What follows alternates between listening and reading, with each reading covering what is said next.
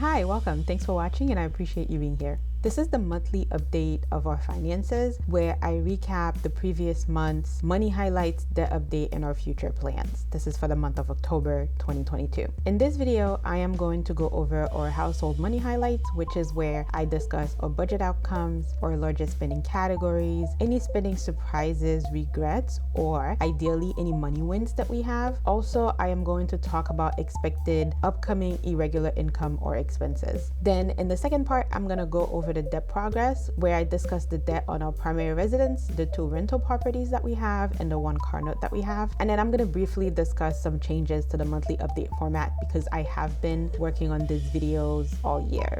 Make sure you stick to the end for upcoming videos and updates. But before we do that, here's a little bit about me.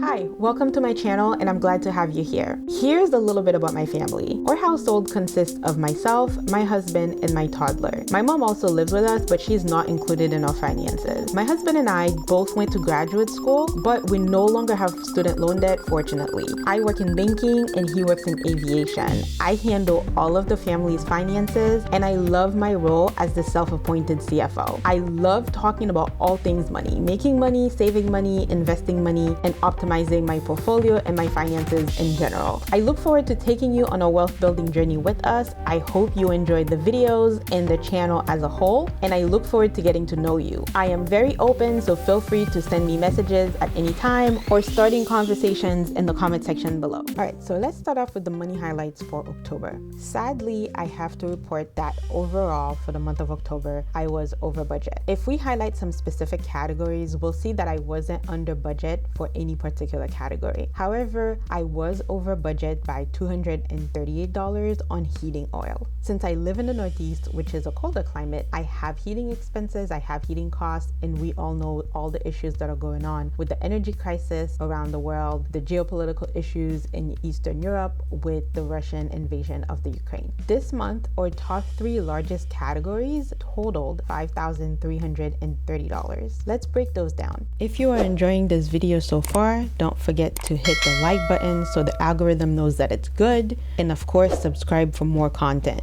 If you think any of the information that I provide here might be helpful to somebody else, be sure to share it with them.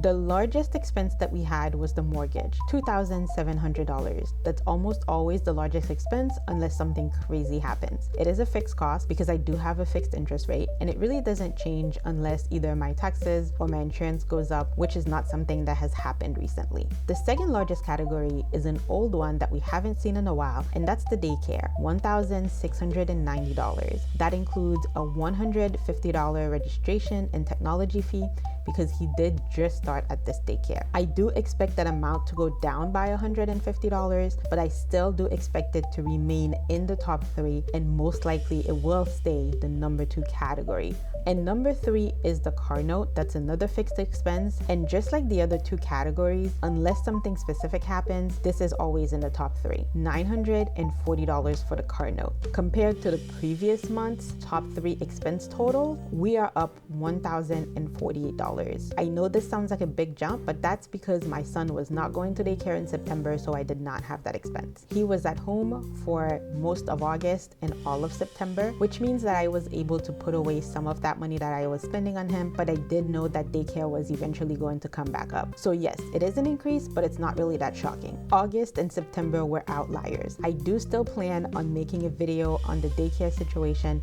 It's just really hard to make extra videos when life is getting in the way of making the regular videos that I already committed to. I want to talk about my top 3 categories for a moment. The top 2 categories tend to be fixed. Mortgage and daycare are most often my top 2 categories. Number 3 tends to be seasonal, depending on what is going on. For example, in the spring, I find that landscaping tends to be number 3 because it's normally the first landscaping job of the year. After a full winter of no activity, that translates into a lot of work for an initial cleanup. The third category in the summertime tends to be leisure and travel because the weather is nicer, we take more time off, we can spend it outdoors, we can do activities. We try and pack a lot of our activities or trips and spending time with family in the summertime. In the fall, we spend money on gifts for birthdays because we have a couple of birthdays in October, we also have some in November, and that means on top of gifts, we're either going out for meals or we are cooking something special at home to celebrate the people that we love. We also tend to start shopping early for the holidays in case we find deals, and that does add to the fall expenses that we have. Plus, sometimes we host Thanksgiving, which certainly will bump up our grocery budget for that month.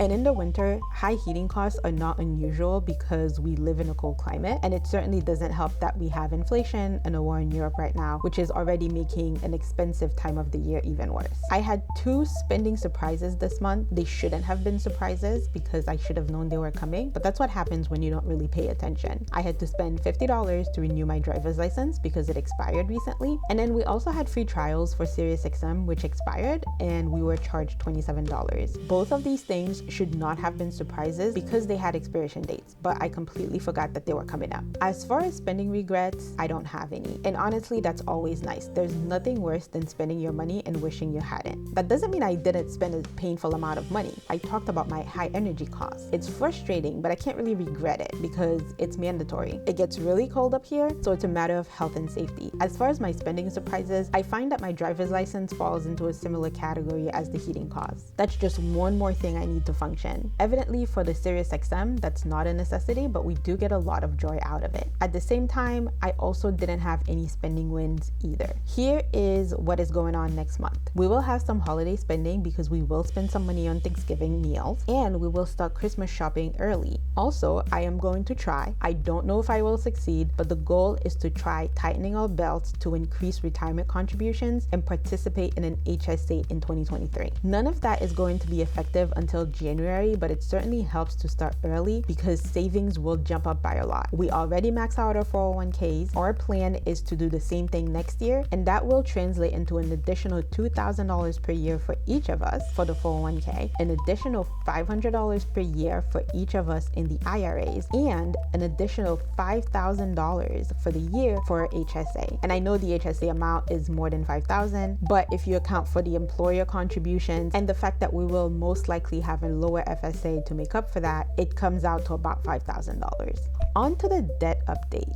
Here is how we did on debt for the previous month. The largest debt that we have is a mortgage on a primary residence, which is fixed at 2.63%. The remaining balance was $400,159. That represents a decrease of $765. The second largest debt that we have is the mortgage on rental property number 1, fixed interest rate at 3.75%. The remaining balance was $155,863. That is a decrease of $482 since the previous balances. The third debt is the mortgage on rental property number 2, fixed interest rate at 2.75%, and the remaining balance is $111,125 for a decrease of $580 for the previous month. If you've watched some of my more recent videos, you'll hear me talk about having issues with one of the rentals, and it's actually that third property, the one with the smallest balance. There are some piping and plumbing issues that resulted in a ton of water damage, and now the insurance is getting involved.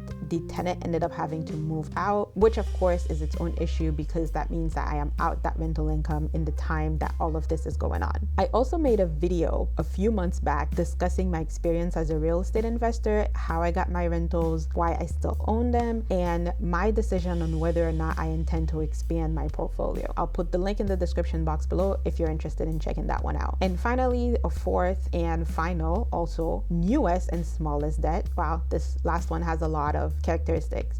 It is a car note that we have that is fixed at 1.9%, and the remaining balance was $50,380. That means it decreased by $857. If you're curious about how we ended up with such a high car loan balance and monthly payment, I have a video on that too. I discuss a car buying experience during the height of the pandemic and the supply chain issues that we were having. Also, I talk about why we needed the car, what the loan process looked like for us, and what kind of car we got. All of that will be linked in the description box below. That means in total, the debt pay down for the previous month was $2,684, leaving me with a combined balance of $717,527.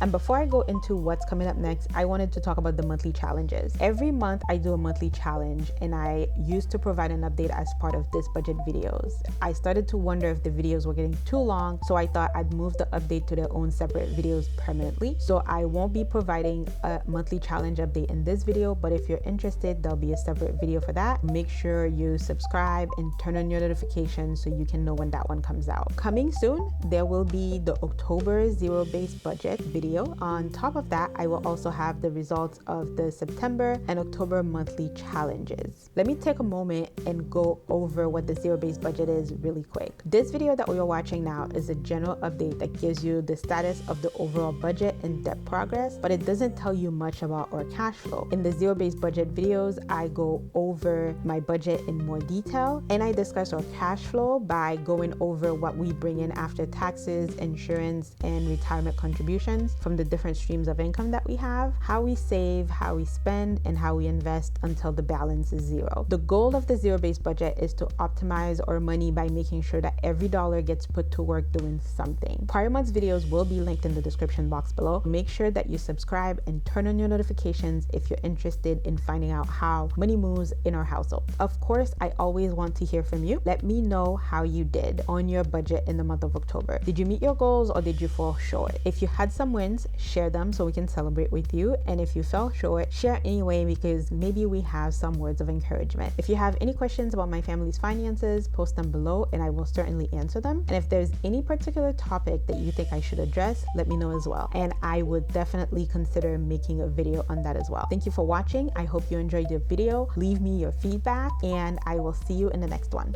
I would like to continue sharing my thoughts on all things money with you. So I would appreciate it if you could help out the channel by liking this video and sharing it with anyone you think might benefit from it. If you want to see more content, be sure to subscribe and hit that notification bell so you can know when new videos come out. I'll see you in the next one.